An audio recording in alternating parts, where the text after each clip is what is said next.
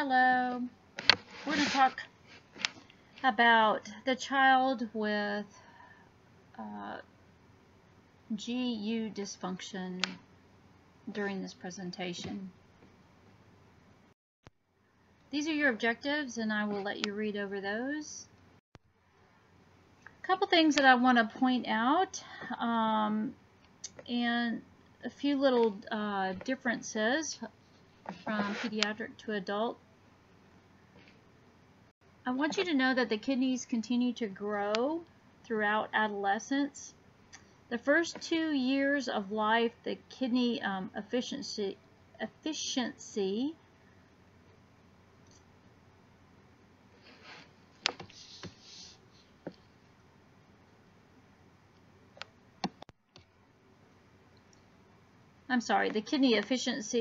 is very immature until they're about 2. Remember, they cannot concentrate their urine, and that's why babies urinate more frequently. So as you're thinking about what's normal for an adult, I want you to think about what's normal for a child for urine output per hour. So for babies, it should be about 2 milliliters per kilogram per hour. And then children from kindergarten to 12th grade, from kindergarten until they're 12 years old, they should have about 1 milligram per kilo per hour. And then as they get into adolescence, it becomes more like adults, and they should have about 30 mils per hour. You need to also remember that the bladder can only hold about 1 ounce when they are at birth. And I want to remind you of a couple things that the kidney does. So let's remember about nephrons. Remember that the nephron makes the urine, and it also contains 4 different parts. One is the renal corpuscle. The loop of Henle is the second one. The third one is the proximal distal convoluted tubule, and then the fourth is the collecting duct. So I want you to go back and kind of review in your mind what this actually looks like, so that as we talk through some of this, you can actually visualize it. Remember that glomerular capillaries are the filtering system for metabolic waste, and then blood and plasma separate and form urine. And then also remember the blood flow to the kidney that filters plasma, and which then makes the glomerular filtration rate. So kind of keep those things in mind. The other thing is, as you're looking at this picture, one thing I want you to remember is I want you to look at the ureters, and I also want you to look how they are placed on the bladder, because there can be problems, and we're going to talk about those in just a minute.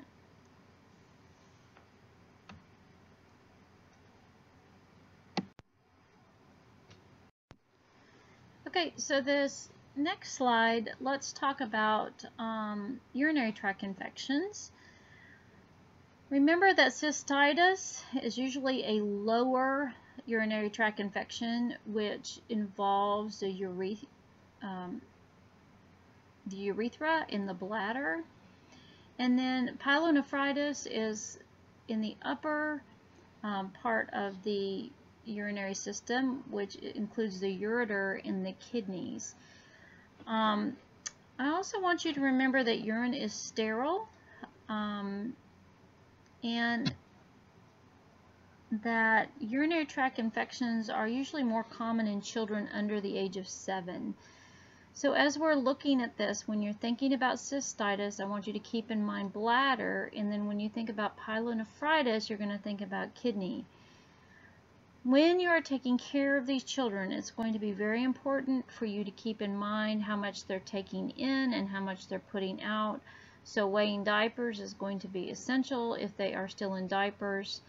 Getting a little nun's cap or a potty hat in the bathroom so that they can urinate in there is also very important. Blood pressure, as we talked about with pediatric hypertension, can also be renal related, so blood, that's one of the vital signs that's going to be essential when you are looking at care of the child with renal issues. And then also a lot of teaching prep of a child and family. And we're going to talk more about urinary tract infections, but there are some tests that may have to go on that you will need to do some teaching with. So, UTIs in children. Incidence and type of kidney or urinary tract dysfunction change with age and maturation, as we already talked about. Typically, you're going to see children in the younger ages with these kind of problems. Now, if they're really, really young and they're having urinary tract infections, we're going to look at more of a structural problem. Identified with physical exam. We also need to take a really good family history.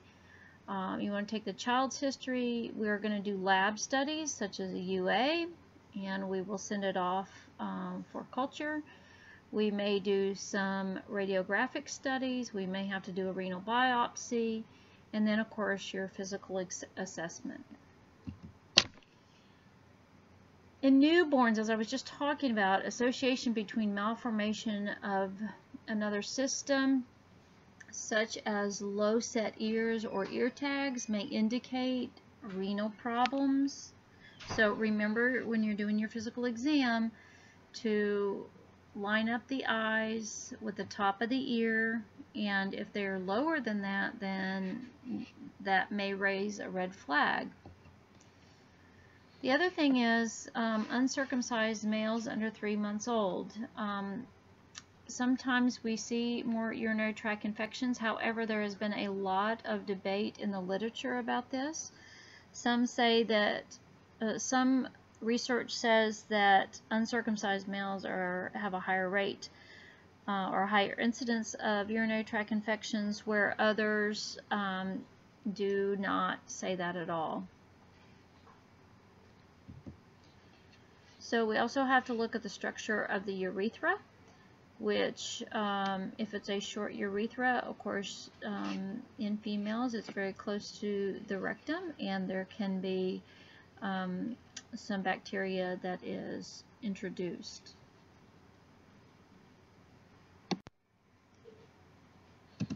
Then the last thing we need to talk about really quickly is that typically urine is sterile, and if you have an individual who is not able to empty their bladder completely, for example, a child with cerebral palsy may have stasis in their bladder, and if you have stasis, of course, the bacteria is just going to have a heyday, and that will set you up for urinary tract infections. So you may also ask yourself what might cause these things. Usually E. coli is the most common bacteria that we see, and that's because E. coli lives typically in our gut, and when we introduce that bacteria from our gut into our urinary system, it can cause problems. The other thing we need to think about are sexually active adolescents. Once again, if you have a sexually active adolescent and the child happens to get some STI, that can also be introduced into the urinary tract. Another thing we need to think about is constipation. We've got to make sure that our children are having proper bowel movements, because many times this can cause problems with their urinary tract as well. And then we also look at hydronephrosis, which is essentially urine in the renal pelvis, which causes an obstruction of urine, and causes scarring in the kidneys. And we will look more at that just in a little bit. So let's ask ourselves what we're going to do about nursing care with these guys. First thing is fluid intake. You want to make sure we're flushing that bacteria out. And of course, water, water, water is one of the most important things. Then also cranberry juice, that will prevent E. coli from clinging to the sides of the walls of the bladder. Urinary tract infections in children under 2 can be associated with a renal malfunction, as I already discussed, and we'll talk more about that in just a minute. And that is caused by what we call reflux. And just hang tight. I'm going to explain that in just a brief second.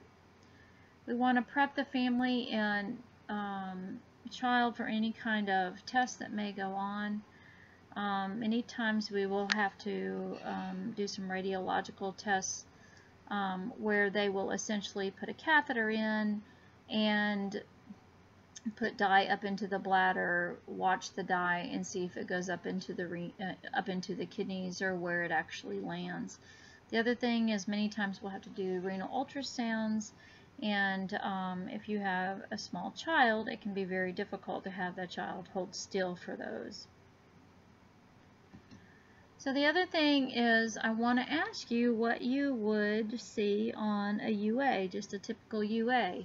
Like if you were in the office and the child gave you a urine sample and I asked you to go dip the urine with a dipstick, what do you expect to see if the child had a urinary tract infection?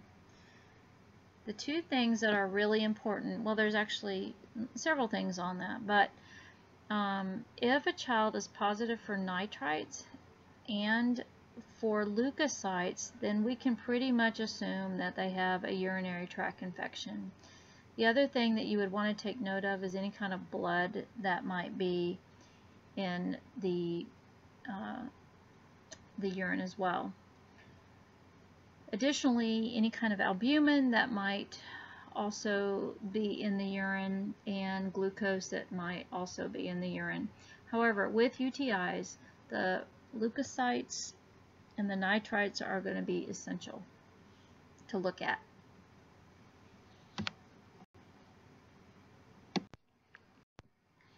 So, signs and symptoms of a urinary tract infection in children. These guys are really sick looking. They don't want to eat. They are urinating very, very frequently. It almost feels like they urinate and they turn around and then they get finished and they go right back to the potty and try to go again. So they're voiding frequently. They're thirsty. Sometimes it really hurts when they void, so painful voiding. These guys may also have a really high fever, like 103, 104. They're going to feel really sleepy, and many times it's when the fever is very high as well. Sometimes they'll have blood in the urine, and they will also complain of abdominal pain.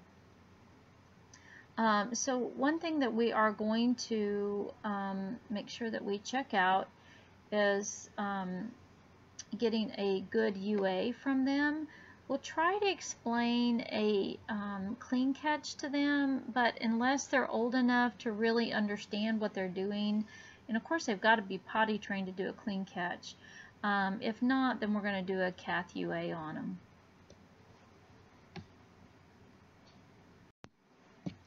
So how do we prevent UTIs? It's exactly what you should not do with this puppy dog in this picture here. Bubble baths need to be completely avoided.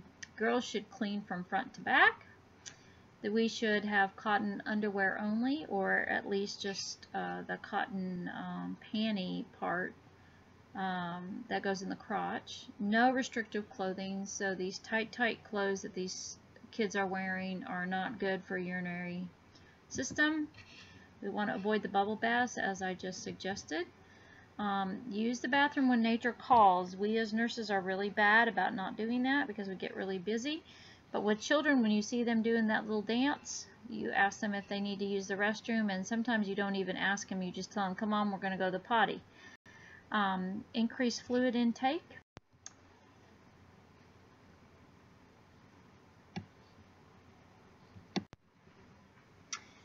before we move on, getting into reflux, I do want to talk to you quickly about hypospadias and epispadias.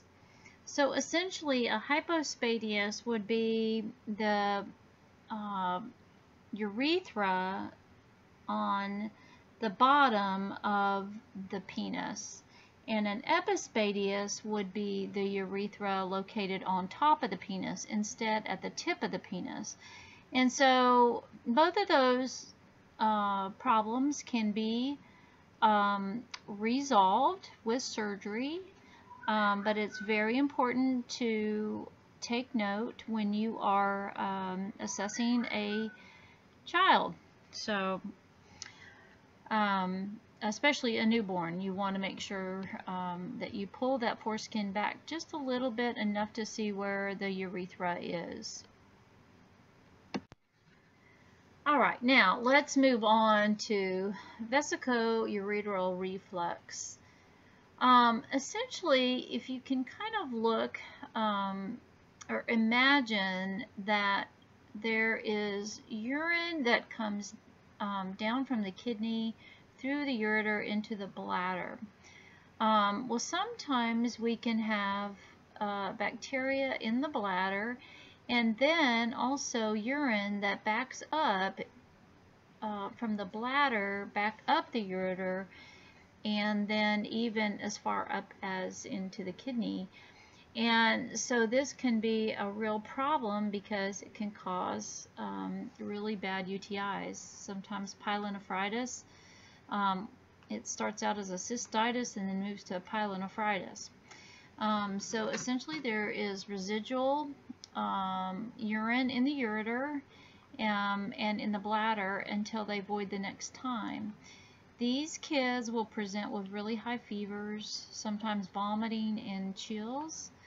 The way they diagnose this is they do a voiding cystourethrogram, and that is what I was explaining to you, where they put in a Foley catheter and they put a type of dye in there with some fluid, and they shoot it up into the bladder and watch to see if it goes back up the ureter and up to the kidney. Now it can be staged from a 1 to a 5, 5 being the worst. 1 and 2 typically children grow out of, and so typically those kiddos don't have urine backing all the way up into the kidney. Now if it's a 4 or a 5, they usually will have to do what we call a ureteral reimplant, where they take the ureters and they reimplant them on a different part of the bladder so that the urine cannot back up into the kidney. So, you know, if urine is backing up into the kidney and it's infected with bacteria, then it can cause scarring, which can cause problems with your renal function. The other thing is, many times if it's a stage 1, 2, maybe even 3, we'll put them on low-dose antibiotics, and then we'll do a culture in 2 to 3 months just to make sure that the antibiotics are doing the trick. And so we just keep them on antibiotics for quite some time. We want to assess these children for really high fevers, because that usually will indicate pyelonephritis, and then vomiting and chills. Now, once they do the surgery, this is probably one of the most painful recoveries that I've seen a child go through. However, it is much better than it was when I first got out of nursing school. But they will oftentimes have bladder spasms, so they'll start them on an antispasmodic, and then even some places are doing walking epidurals for these kids until they're feeling just a little bit better, instead of doping them up with all kinds of narcotics.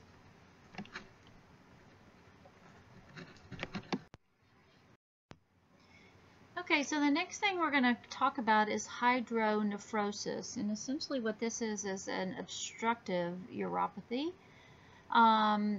It can be structural or functional, and it can either be acquired or it can be congenital.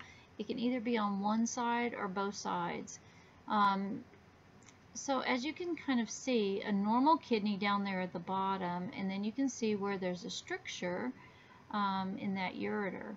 Now, let me tell you that the problem can be either in the ureter, it can be in the renal pelvis, it can be in the bladder, or it can be in the urethra. So it depends on where the malformation is.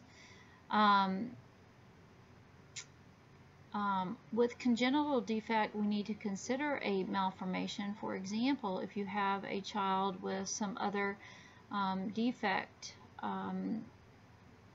such as those low-set ears, you may be looking for something else. You may be looking for some kind of syndrome. Of course, prenatal care is always essential, but this makes it even more important because then the family is prepared. So essentially what happens is you get distal nephron damage, which is a chronic uropathy, and essentially the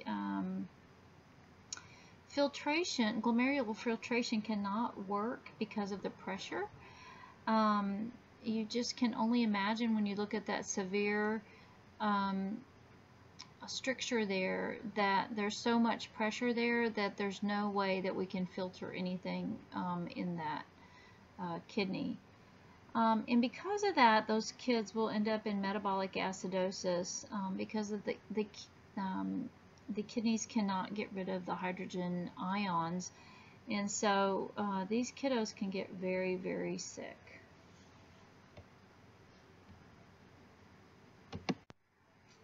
The other thing that we need to think about is that if the urine cannot concentrate, we have to think that perhaps these guys are going to have polydipsia and polyuria, and we've got to prepare the families for that. And then also urinary stasis, and we already talked about if we have urinary stasis, what is going to happen. Bacteria loves to grow in urine that's just sitting around. And then because of that, we can also have renal damage. So what kind of care are we going to think about with kiddos with hydronephrosis? We have to prepare the family and the child, and also make sure that you're always considering that developmental level and the emotional stability of the family. We might have to send them home with some type of devices, such as a catheter of some type. We have to teach them about the urine flow and how important it is, the color, the amount. We also need to talk about them with different, what would happen if things clotted off, who would they call. We have to remind them that there may be sediment in the urine, and then also there is a possibility that these kids may be on dialysis or even transplant if we can't get things straightened out.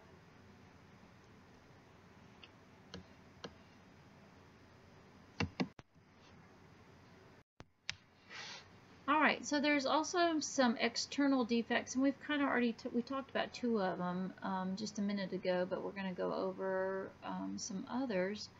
The things to think about with external defects is that there can be a psychological impact. I mean, you think about a child who is looking at his father and his penis looks different. So you always have to think about that. You have to think about adolescence.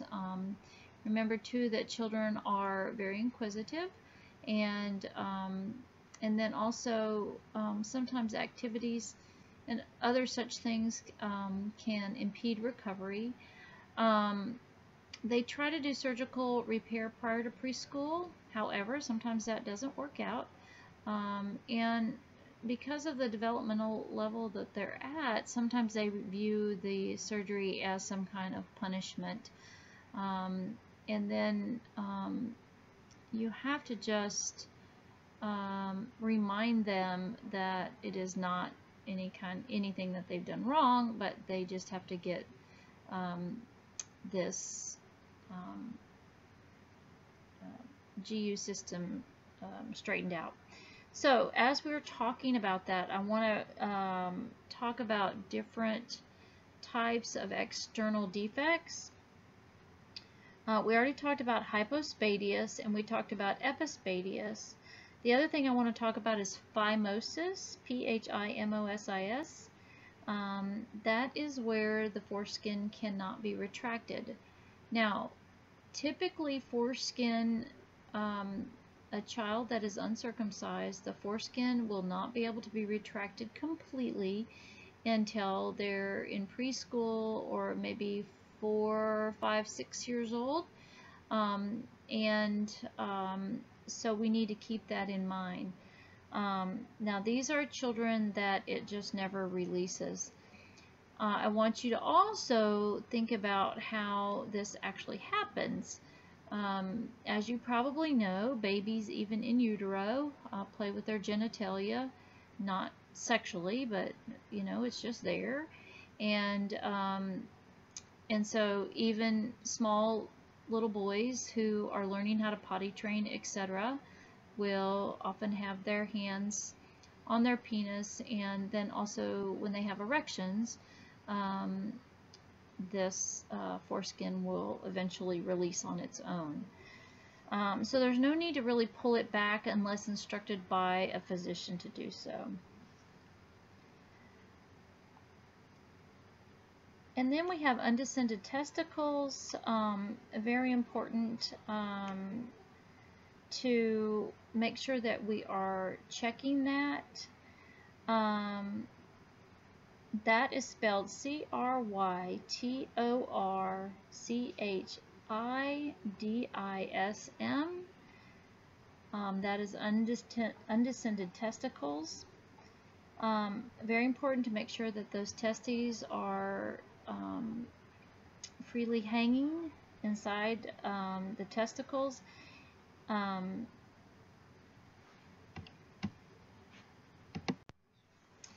So when we're talking about undescended testicles, we need to really give these guys a little bit of an opportunity to get their testicles lowered on their own without surgery. I don't know what happened, but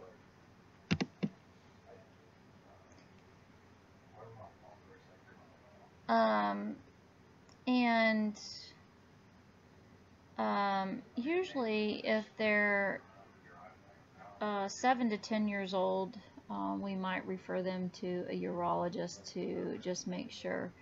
And then also some reason why there may be some reasons why there is not undescended testicles, and it may be because of testosterone deficiency. So we may have to check that as well. The other thing is hydrocele. That is a fluid-filled scrotum, and it usually resolves on its own.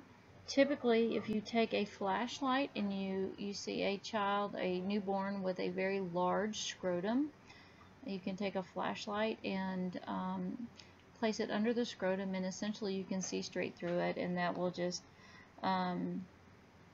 tell us that it is a hydrocele. Many times we'll do an ultrasound or something just to make sure that's what it is. And then we have to talk about enuresis, which is bedwetting at night. 1% of children will be wetting the bed even up to age 17. So this is not an uncommon thing.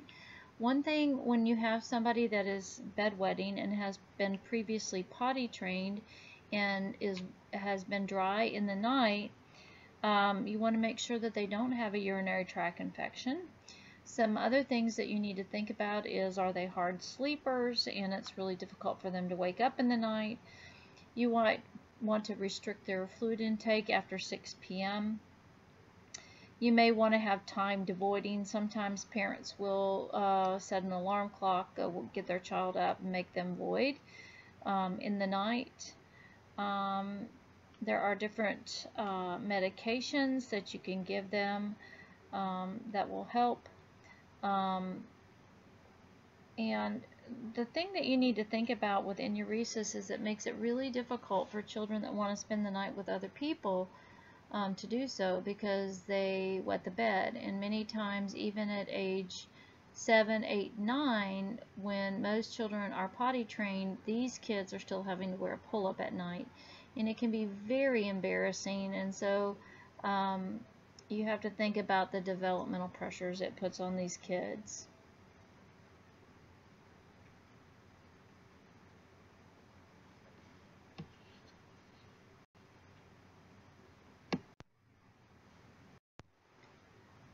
Okay, so there are the all of the things that we just talked about. The one thing that we did not talk about is exstrophy of the bladder. That essentially is a bladder that is on the outside of the abdominal wall. The other thing is ambiguous genitalia, and usually they look to see if there are ovaries to determine whether or not the child will be male or female. One thing I did not mention was the inguinal hernia, and that is essentially a protrusion of intestinal contents or abdominal contents down into the scrotum. And many times you can actually reduce this hernia by just kind of pushing the intestines back up in. You can almost feel a little ring there, and you can push it back up into the abdominal wall, and then sometimes when they cry, it'll come down into the scrotum.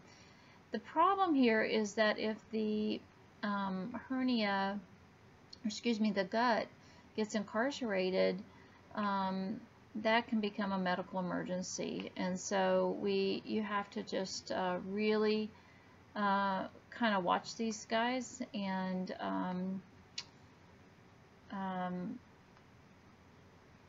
hopefully that won't happen. Okay, so let's talk about nephrotic syndrome. This was one of the things that I asked you to, if you wanted to do extra credit, that you could do to compare glomerulonephritis with nephrotic syndrome. Excuse me. Nephrotic syndrome usually you will see in children from 2 to 7 years old. It's very, very rare in children under 6 months old, and even uncommon with children under a year, and very unusual in children after 8 years. Maybe a metabolic, could be a biochemical, a physiochemical, or an immune-mediated disturbance. Essentially what happens is the basement membrane becomes permeable or opens up to protein that it usually doesn't allow, and what happens is that albumin will leak, and then it is lost in the urine. And because of this, it reduces the serum albumin level because it's essentially going out into the urine. So albumin is leaked out in the urine, and the serum albumin level is low. And then because of that, fluid will accumulate in the interstitial spaces, causing edema. And typically these kids are going to have edema around the eyes, as you see in this picture right here. And then even ascites around their abdomen and other body cavities.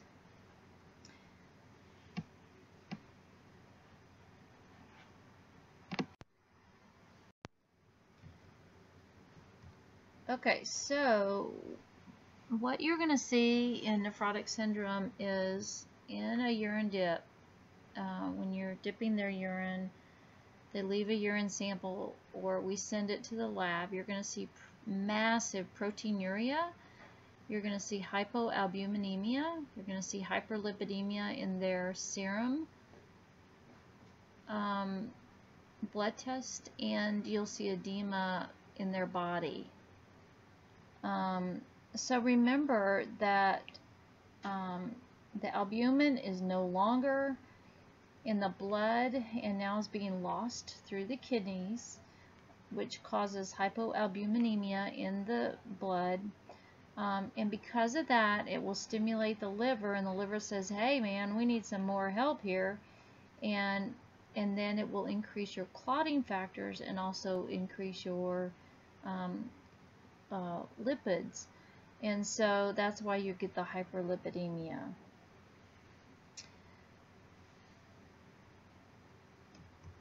Oh, sorry about that. Primarily, it's an idiopathic nephrosis. We're not sure what really causes it. So idiopathic means we don't really know what causes it. There can also be minimal change nephrotic syndrome, which is MCNS, and that's 80% of the cases. And then secondary, they can have secondary nephrotic syndrome after some kind of glomerular damage. So it can come after glomerulonephritis or some kind of drug toxin that's hit the kidneys pretty hard. And typically this illness will respond to high doses of steroids in 95% of the cases, and many times we'll keep them on steroids for about 3 weeks.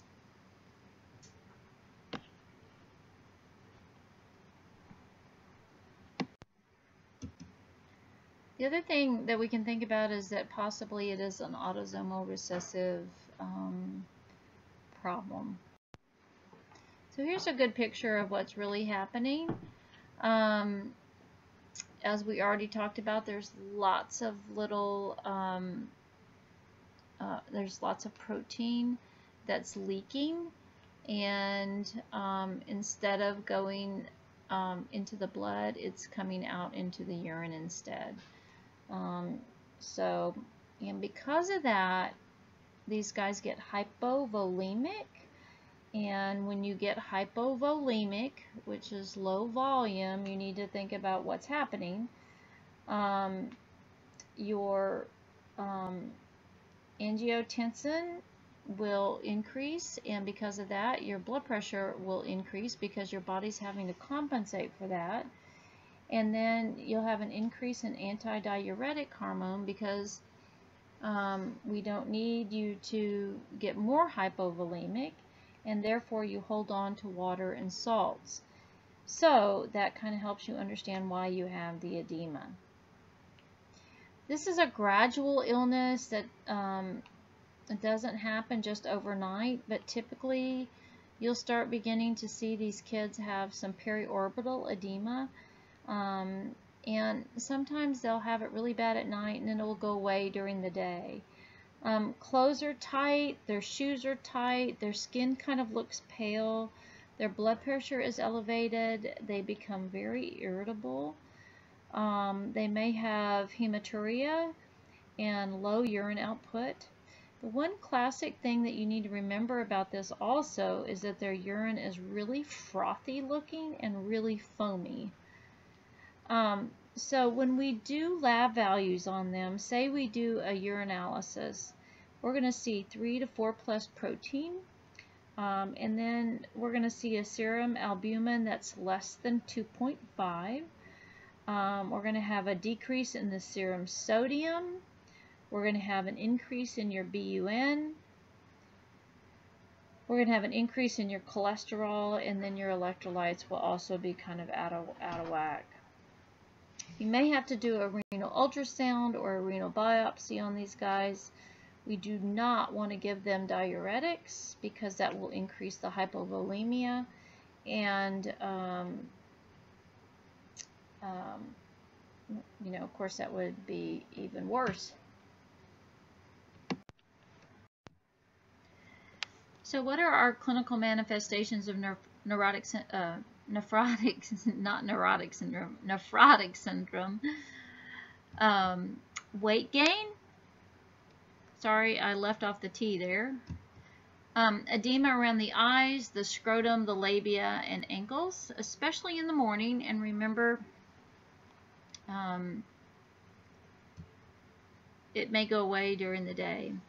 Ascites. Typically, these kids are going to have a really poor appetite. They're going to have an elevated blood pressure.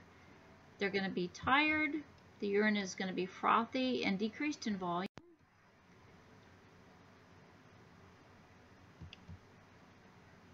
So what are our goals with these guys?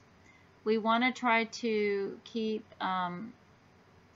the reduction of the urine protein from spilling, and also get rid of the fluid retention in the in the tissue, sorry.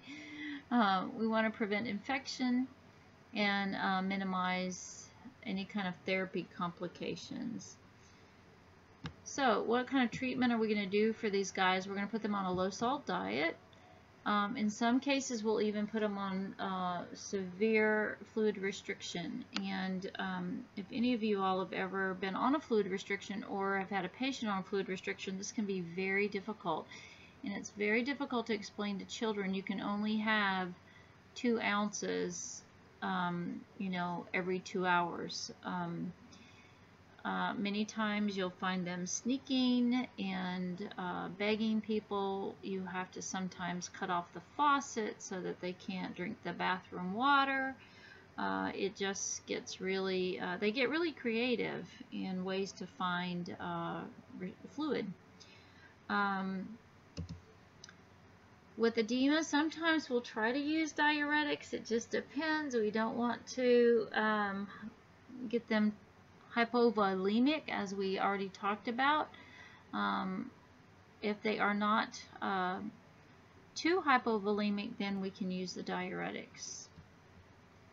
And then we will oftentimes give them albumin, the 25% albumin. Remember that albumin comes from the blood bank, so if you need to get it, that's where you will go pick it up.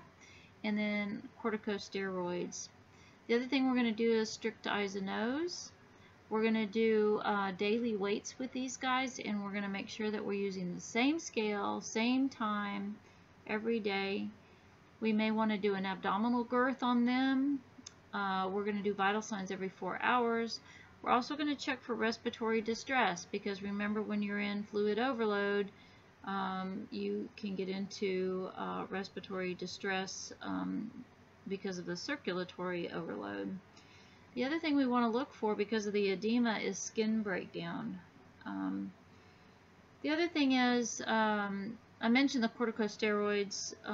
We're talking about some long-term steroids, probably up to 6 weeks. We can also start them on cyclosporin, which is an immunosuppressive. We will also put them on ACE inhibitors for blood pressure, and that also will protect the kidneys. And remember that ACE inhibitors end in pril, P-R-I-L. So captopril is one of the examples of that. Not that far, sorry.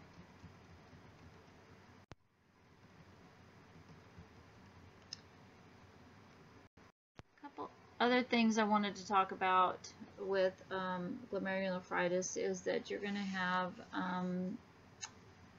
when you're doing a urine dip, you're going to have protein and hematuria, which is a little bit different than nephrotic syndrome, so be very aware of that. Your BUN and your creatinine need to be looked at. Sometimes it's going to be elevated. Serum protein, you will have hypoalbuminemia, because your protein is escaping into your urine. So in your serum, you're not going to have albumin. It's all going to be escaping through the urine. You may have elevated white blood cell count. You're going to have an elevated SED rate. As I already said, you would have elevated ASO titers, which is anti-streptozoline, and your hemoglobin and hematocrit will be low, and your red blood cells will be low. So just to repeat, what is happening is that protein component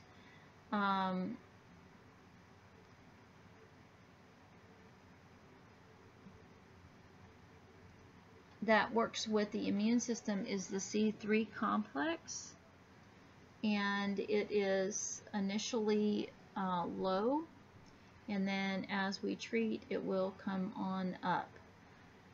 Treatment for glomerulonephritis is essentially supportive. We want to treat the hypertension.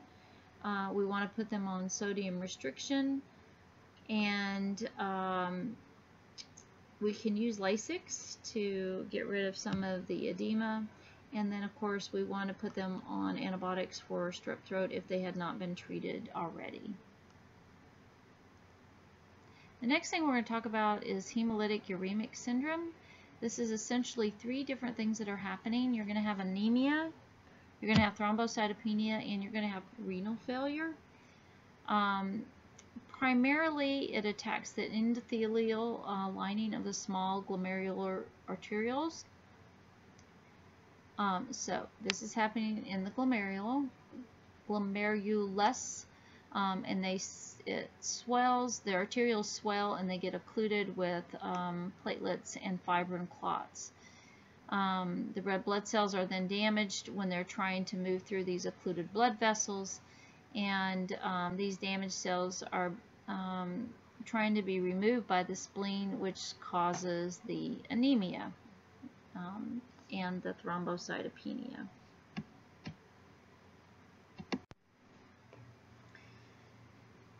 So the most common cause of hemolytic uremic syndrome is because of acute renal failure. Typically children under 4 years old. It usually happens in really young children.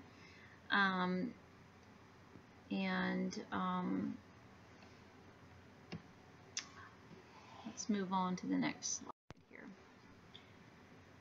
So as you can see on the picture on the right hand side, there are these little complexes that are in there that clog everything up. So you have these immune complexes that deposit into the glomerular basement, and it makes everything swollen and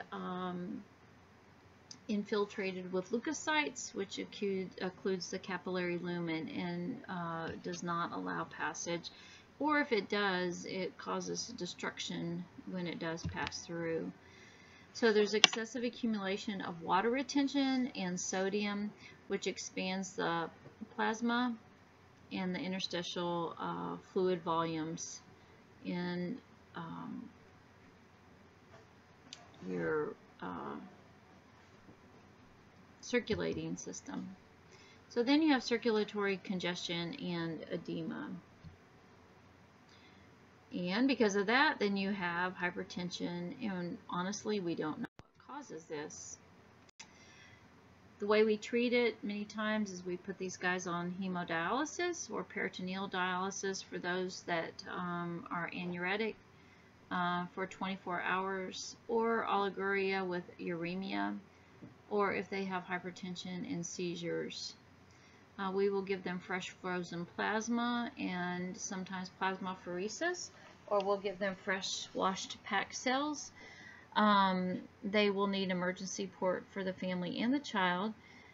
If they get prompt treatment, typically that 95% of them will recover. Some of them will have some renal impairment after this, and that renal impairment results in chronic renal failure, long-term hypertension, and then even CNS disorders like seizure disorders.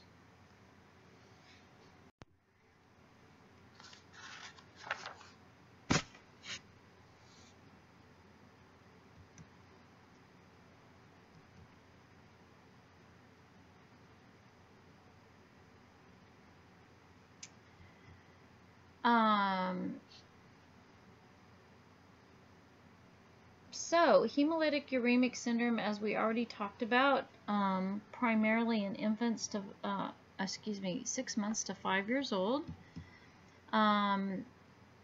It's an acquired hemolytic uremia, thrombocytopenia, and renal injury and CNS problems like seizure disorders, associated sometimes with E. coli from undercooked ground beef, unpasteurized milk or juices.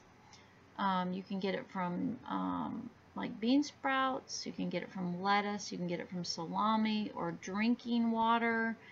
Sometimes people will get it when they're swimming in sewage or contaminated water. Usually typically begins with a gastroenteritis or an upper respiratory infection. Many times these guys, other than being, besides being hypertensive, they're going to be very pale. They will bruise very easily, which makes sense because they have the thrombocytopenia. They're going to be oliguric. They will oftentimes have abdominal pain. They will have vomiting and jaundice. They will have ascites and irritability, sometimes even confusion. We will want to put these guys on fluid restriction and high calorie, high carb diet with low protein, low sodium, and low potassium. We will also give these guys calcium gluconate, which is essentially Tums, to replace their calcium. We'll give them aluminum hydroxide to bind with the phosphorus. And then oftentimes we'll give them K-exolate to get rid of the hyperkalemia, which is the excess potassium that they have in their body. Most of these guys will usually need some peritoneal dialysis. They sometimes have severe colitis as well. And if that happens, many times they will need hemodialysis instead. So the next thing we're going to talk about is the Wilms tumor. Pathophysiology, it is essentially a neuroblastoma, most common malignant renal and intra-abdominal tumor there is in childhood. Peak age is around 3 years old. There is really no method of identifying the gene carriers at this time. However, I know that they are working very hard on it. And there is a possibility that they have identified a gene. They just haven't completely figured it out yet. There is a 90% survival rate with nephroblastoma, or I didn't mean to say neuroblastoma, I meant nephroblastoma. Neuroblastoma is a completely different animal. Nephroblastoma is usually a very curable type of pediatric cancer. It usually favors the left kidney more than the right, and in 10% of kids they'll have it in both kidneys.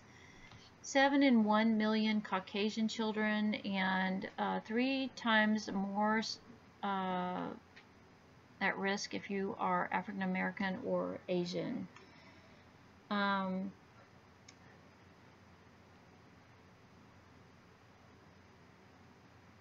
If you are looking at a child's eyes, you want to look at their iris. If they are missing their iris, you need to raise a red flag in your mind and say, I wonder if they have a Wilms tumor or some type of nephroblastoma. Because many times these guys do not have an iris. Many times they're also asymptomatic. They may have a mass on one side of the abdomen. That's found just during a physical exam. So it's very important, as I was talking before, for you to take off the clothes and look at symmetry. Sometimes people don't look at symmetry, and it's very, very important. Other times kids will have hematuria, which is blood in the urine. They will oftentimes have abdominal pain. We will do an ultrasound, a CT, or an MRI with these guys. It can be staged from stage 1, which is the best and usually the most successful, to stage 5, which usually means there's some type of metastasis. These kiddos will go through chemo or radiation depending on what the oncologist would like to do with them. And many times they will have surgery to remove the kidney or the tumor. The type of chemo that they will get is vincristine and dactomycin. One very, very, very important thing, if you don't learn anything else, and I'm almost certain this will be on your state board exam, is that you never, ever, if you see an asymmetrical belly, do not palpate it, because you can make that tumor grow, and you do not want to be guilty of that. So it's as I said before, it's associated with no iris. You're going to have one side of the body that's larger, and you may have the Beckwith-Weidman syndrome, which is an overgrowth syndrome. Metastasis is very rare, and as I already said, we will do some radiographic studies, an abdominal ultrasound. We'll also draw some blood, do some biochemical studies, a UA on these guys, just to find out what's going on. Here's a classic example of a child with a Wilms tumor, and you can see how large that left side of that child's gut is. So nursing care, we're going to do surgery to remove that tumor. We want to try to keep it encapsulated. And sometimes we have to remove the affected kidney and the adrenal gland as well. Prognosis, if it is localized or if it's stage 1 or 2, is usually 90% successful. And then later in life, we may see reoccurrence of cancer in the lung. And as I said before, we do not want to palpate this mass. Post-op risk is bowel obstruction. And you need to think about what you would do if a child came back and started vomiting. What would you do for a bowel obstruction? And of course, anytime a child has a diagnosis of cancer or some kind of chronic illness or something that's going to keep them in the hospital for a long term, you want to make sure that we are getting the family and the child some support. The next thing we're going to talk about is acute renal failure, and I'm not going to go into this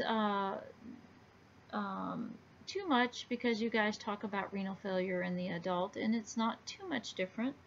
So essentially, these guys are unable to excrete waste or concentrate their urine, and they cannot conserve their electrolytes because of it. Acute renal failure is and usually a response to poor perfusion in the kidney, some kind of kidney disease, or some kind of obstruction in the kidney. Chronic renal failure is usually because of some kind of anomaly or some kind of long-standing kidney disease. Azotemia, which is essentially a development of the waste that the kidneys usually get rid of, and this will accumulate in the blood and can cause problems. Uremia is essentially retention of the nitrous products, and it can also be toxic. And so essentially they cannot regulate extracellular fluid volume. Their sodium balance is off whack, and their acid-base balance is out of whack as well. The acute phase of this can be reversible, and it happens very quickly.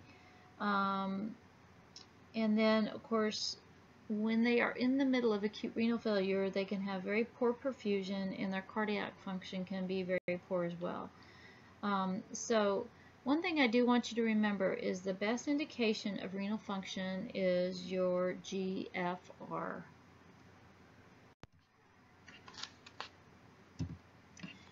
So what causes acute renal function in children? The pathophysiology says that diminished urinary output and lethargy in a child who is dehydrated, is in shock, or has recently undergone surgery should be evaluated for possible acute renal failure. So if a child has been vomiting, and no fluids are going in, sometimes their kidneys can take a hit.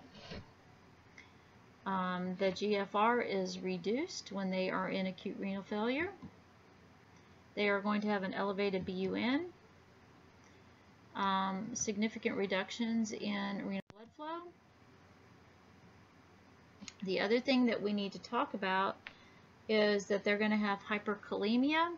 They cannot excrete their potassium, and it moves from the intracellular area to the extracellular area, And because of that, we remember with hyperkalemia, you're going to have peaked T waves on the EKG. You're going to have a widened QRS and also muscle weakness. To help with that, we're going to give K-exolate. We can also give IV sodium bicarb. We can also give insulin, dextrose, and albuterol, and that helps the cells increase the potassium uptake. If not, then we have to go to dialysis. Oliguria. So these are the clinical manifestations. Oliguria followed by diuresis. Water intoxication, hyponatremia risk. The treatment is during oliguria, no sodium, no chloride, no potassium. If we have hyperkalemia, we're going to give them oral or rectal K-exolate. We will give them meds for hypertension. We're also going to limit their fluid intake and their salt intake. And then we also have to look for anemia. Many times their hemoglobin is below 6.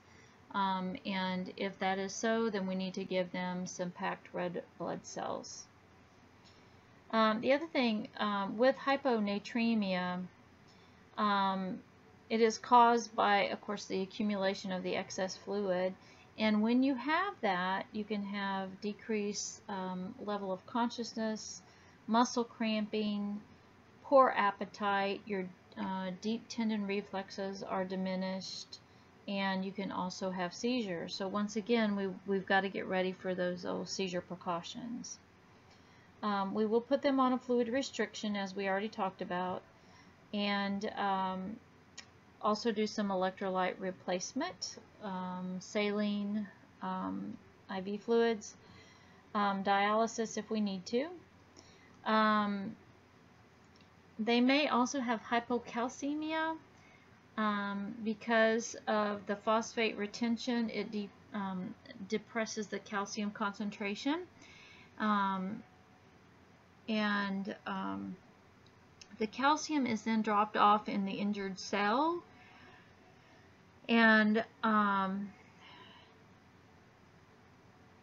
you often see this happening when you have hyperkalemia, and then you end up with metabolic acidosis. So we also, if they have hypocalcemia, we want to put them on a low phosphate diet, and we will also want to give them IV calcium and give them phosphate binders. When you have hypocalcemia, you will have muscle tingling, seizures, muscle cramps, etc. And there you go, seizures, cardiac failure. So here's a little child you will see on a cycler. That machine behind him is a cycler. You can set that up to essentially do peritoneal dialysis in the night while they're sleeping, which is a good option. It allows the children to get up and play during the day, and it just takes care of dialysis while they're sleeping. When they are on dialysis, you want to keep up with accurate intake and output. You want to make sure that you have accurate body weight. You want to weigh them on the same scale every day with the same amount of clothes. We're going to be checking electrolytes frequently. We're going to limit fluid intake on them. Nutrition is going to be very important, and then sometimes if they are not eating properly, we'll have to give them IV nutrition. May often have to treat nausea and vomiting. We also have to treat anxiety, stress, and discomfort. When you are doing peritoneal dialysis on a child, when you empty the dialysate from the abdomen, it often makes them feel very uncomfortable, and they like for that dialysate to get right back in there. Remember that when you're changing the dialysis bag, that this is a sterile procedure, because you would not want to cause peritonitis with these guys, so you have to wear a mask, sterile gloves, etc. You also want the child to wear a mask as well. The other thing you want to do is make sure that the dialysate before you do peritoneal dialysis is warmed, because putting cold dialysate in a peritoneum is not comfortable. Many times if there is peritonitis, we will have to add antibiotics into the dialysate itself, and that is a very helpful thing. So we're going to quickly talk about chronic renal failure. They are diseased kidney that cannot maintain chemical structure of body fluids under any circumstance. They have uremia. It can be caused by current UTIs. It can be caused by chronic pyelonephritis or glomerulonephritis. It can be caused by hereditary disorders, glomeruloneuropathy, lupus, and there's a bunch of other illnesses that can cause chronic renal failure, such as diabetes, etc. They are usually asymptomatic with minimal biochemical abnormalities. So they typically have damaged nephrons, and the kidneys cannot maintain fluid and electrolyte balance. So what kind of symptoms would you look for in a child with chronic renal failure? They're going to be very tired. They're going to be pale. They will sometimes have increased blood pressure. They may have a headache. They're going to be nauseous, muscle cramps. They're not going to want to eat. And many times they're going to be itching. There may be some neurological involvement as well. And then, of course, pulmonary involvement because they have fluid overload. So this little girl here has a tin cloth catheter that she can do peritoneal dialysis with. And so I just want to, it's very important also to look at the insertion site of the tin cloth catheter to make sure that it's clean and that it stays clean, and that you teach the family how to properly take care of that. So diet management in these kids in renal failure, most effective means besides dialysis for reducing the quantity of waste requiring renal excretion. So you want a low protein diet, low potassium diet, low sodium, low phosphorus. You want a high carb diet. And they can have unrestricted amounts of fat. You want to limit fresh fruits and vegetables, and you want to have it high in calcium. You also want supplements to be rich in folic acid and iron.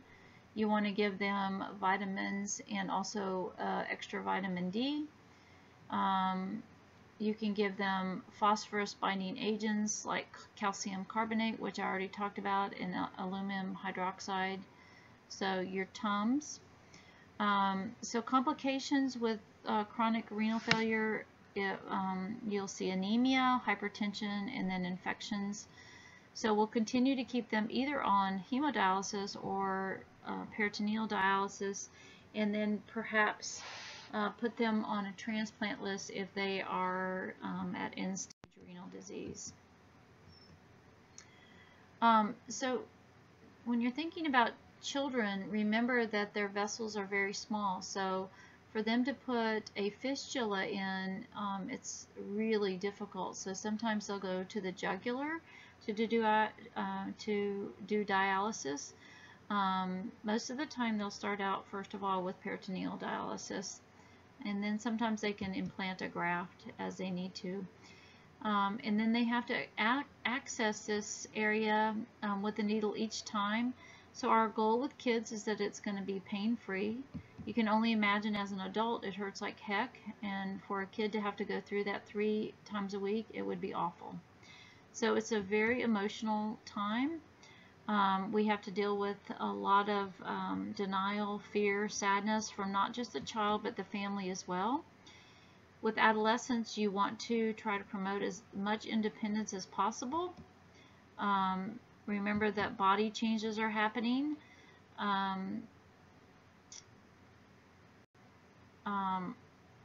There's a relentless need for treatment, and that comes before all else, which is really hard when you think about an adolescent's life.